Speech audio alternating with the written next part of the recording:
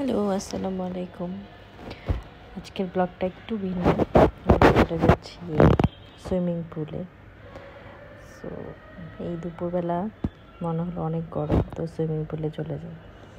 ঠাকুরগাঁয়ে swimming pool অনেকগুলো, but আমরা এর আগেও একটাতে গিয়েছিলাম, এর জন্য ওটাতেই আবার যাচ্ছি।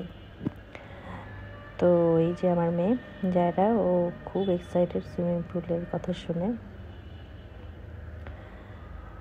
সুইমিং পুলের জন্য রেডি হয়ে বের হয়ে গেছি। এই যে জায়গার বাবা, এখন সুইমিং পুলের দিকেই যাচ্ছি আমরা। এটা শহর থেকে খুব কাছে। সো এটা হচ্ছে ঠাকুরগাঁও শহর রাস্তা।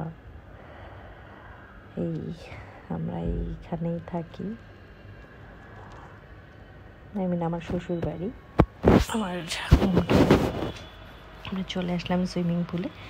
তো সুইমিং পুলটা অনেক বড়, পানিও অনেক ভালো। এখানে এর আগেও এসেছিলাম, এই জন্য এবারও চলে এসেছি। এই যে জায়রাকে নিয়ে ওর বাবা শুরু হয়ে গেল দুজনের।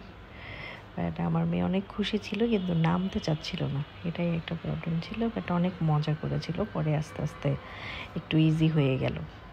সো এই যে এখন টিউবের মধ্যে নিয়ে যাচ্ছে, বাট ওখানেও সে উঠবে না এমন অবস্থা।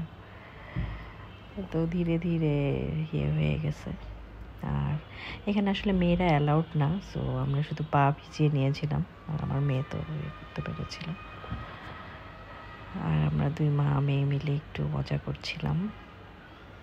ওর তো আসলে পানি পেলেই হলো, আরও যদি হয় সুইমিং পুল, পানি যদি হয় একটু ঠান্ডা, তাহলে তো আর কিছু করার নেই, লাফানো ছাড়া। তো এই যে অনেকক্ষণ ভিজলো। এই যে শেষের দিকে এখন মনে হলো যে একটু টায়ার্ড হয়ে গেছে, দেখে একটু বসে পরে পুলে ডুবছিল। তো এখন ওর বাবার পালা, একটু ডুবে নিল। সুইমিং পুলে আসলে নামতে পারলে মনে হয় অনেক ভালো হতো, বাট সেদিন অনেক গরম ছিল, তো ওরা অনেক মজা করেছিল বাপ বেটি মিলে।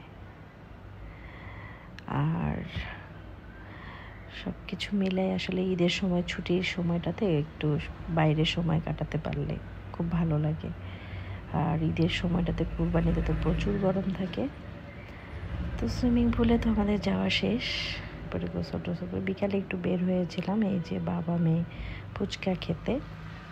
তো এই হচ্ছে ঠাকুরগাঁয়ের ফুচকা, যেটা ফুচকা আসলে আমরা কখনোই মিস করি না। সো যাওয়াই হয় এখানে, ফুচকা খাওয়াই হয়। এই যে জায়গার বাবার ফুচকা খাওয়া। তো এটা হচ্ছে চটপটি খাচ্ছিল ফুচকা খাওয়া শেষ। তো এই ছিল ব্লগ আজকের মতো।